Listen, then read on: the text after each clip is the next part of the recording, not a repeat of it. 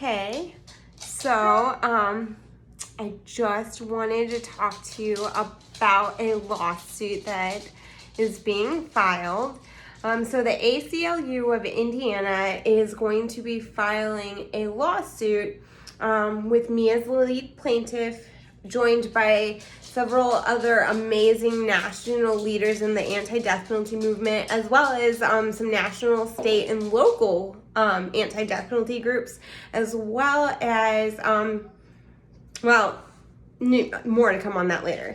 But what's exciting is this idea kind of happened. It was, I guess I want to call it my brainchild. I'm pretty proud of it, especially as somebody who went to school to fight the death penalty, as well as be a civil rights lawyer. And that's who I am. I went to law school to work to abolish the death penalty, but also fell in love with constitutional law and specifically civil rights law.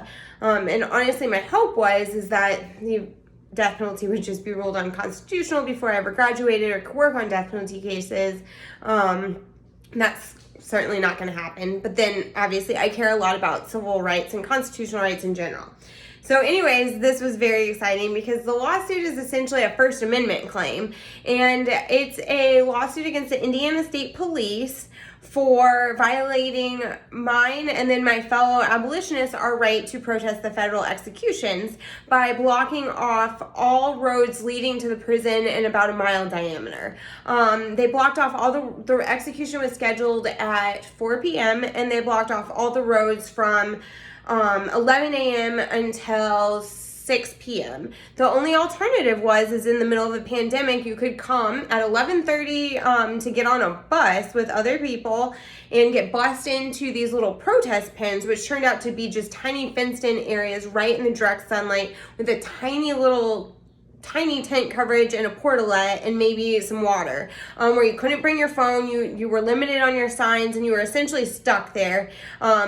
Until really who knows when, because nobody actually showed up to it, I think because of the pandemic. Plus, again, now we know with the executions, they happened in the middle of the night. So, essentially, who knows how long you could have been there? Would they have kept you until 8 a.m. the next day? I doubt it. But, yeah. Anyway, so clearly that, unless there was a realistic expectation that our group was gonna try to storm Justice Drive and storm the death house and break the dude out and stop the execution, there's literally no reason for that, and I can say that definitely was not our intention, nor would we have been capable of doing so. We are not exactly a very sophisticated, physically agile group in general. And plus, obviously the death house and the federal penitentiary itself is this fortress. But even so during the executions, there were these state troopers everywhere with these roadblocks. And really, it was more, in my eyes, what I looked at it as, and what it felt disgusting to me was more of this symbolic, ritualistic aspect of these executions. Just all of the meticulous planning that went into them, and it was this had to be this sign of hey, the police are up, there's a killing going on. And especially with how the executions happened, that's really kind of how it played out. So since we know the first execution didn't happen until the next morning at 8 in the shortly after 8 in the morning, after the guy literally laid there on the gurney, strapped to the gurney with a needle in his arm from 4 a.m. to 8 a.m. as the final last minute appeals played out throughout the night while everybody was sleeping in the shadiest circumstances ever. The execution obviously didn't happen on time, and the roadblocks, they got all the police here, which again, Indiana tax dollars. As Indiana Hoosiers, these executions are being really doubly carried out in our names because we're paying for it on the federal and state level, whereas everybody else in the country is only paying for it with federal dollars. But so as the state police, just again, working all day, this was clearly not an efficient use of their time or our tax dollars to just set this example. And so anyways, I got tired of leaving, and I can't remember around what time they left, but they eventually gave up and were screw this. And then they never came out before the actual execution because, again, everybody was sleeping and didn't even actually think it could happen. And then on Wednesday, when they were trying to do the second execution, even though the roads were still supposed to be closed from 11 to 6, they ended up not putting the roadblocks up until, I think, 6 o'clock when the execution was scheduled at 7. They had pushed the execution back, just, anticipating some of this, like, the dance with death, as I call it. This will they or won't they execute the person. It's actually very common with these executions, and you'll find that there's oftentimes these 5-4 decisions. Courts are split the entire time, and I'm sorry when there's so much doubt and split over whether or not somebody should be fucking killed. Like, that in itself should show it shouldn't happen. But so anyways, the next time they were up about 6, and then we, the protesters, were out there probably till like 9:30 before a major storm hit, and I'm pretty sure that's about when the police left. And again, the execution, it was that dance with death in the middle of the night, will they or won't they, and they again gave the go-ahead around 8 a.m. They executed the guy shortly after 8 a.m., just like the first one. And kind of the same thing, 5-4, just middle of the night decisions. And that dude had legit claims that had never been litigated whatsoever. Proper procedures followed. Wasn't just last minute appeals, because again, the challenge he raised was something that could only be raised once you had an execution date. So he wasn't just like, trying to do a last minute thing.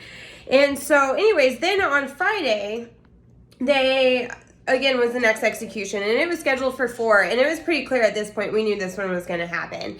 And so I guess one of our organizers and one of the people on the lawsuit was driving to Hope to set up shop, again, across from the prison, because we wanted to be there. There's some significance and some symbolism, especially when you can see the death house on Justice Drive as 3 people are being executed in the shadiest of circumstances by the most powerful country in the world. And so as soon as he tried to go there, he was driving this giant trailer with "Stop the Killing" on it. You might have seen it. And they obviously knew, and like these cops like sped ahead of him and like basically blocked it off and then set up the roadblock. And this was probably, I think he said around 12:30 or something like that. Certainly not at 11. And again, there was no need to do so. There were very, very, very few of us. There was just no need to do so. And they left around 4:30 because the execution was carried out at 4:36. And so it was like, oh, we're done. Like, hey, everybody, yay, there was a killing, and yay, we're done. Like, let's make sure it's publicized with all the roads and shut down the roads for no real reason.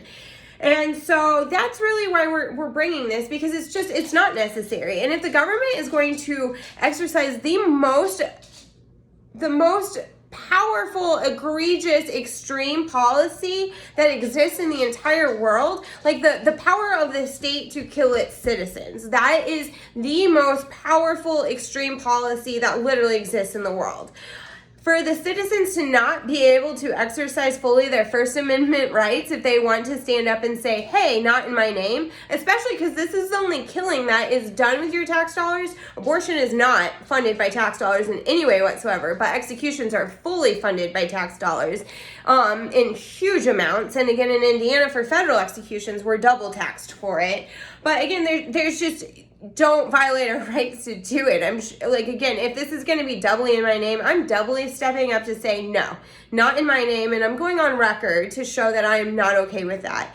And again, with the execution of Timothy McVeigh, that was very personal to me for a lot of reasons. I won't explain it in this post, but it was my first empathic experience and my first real memory of the death penalty. And so...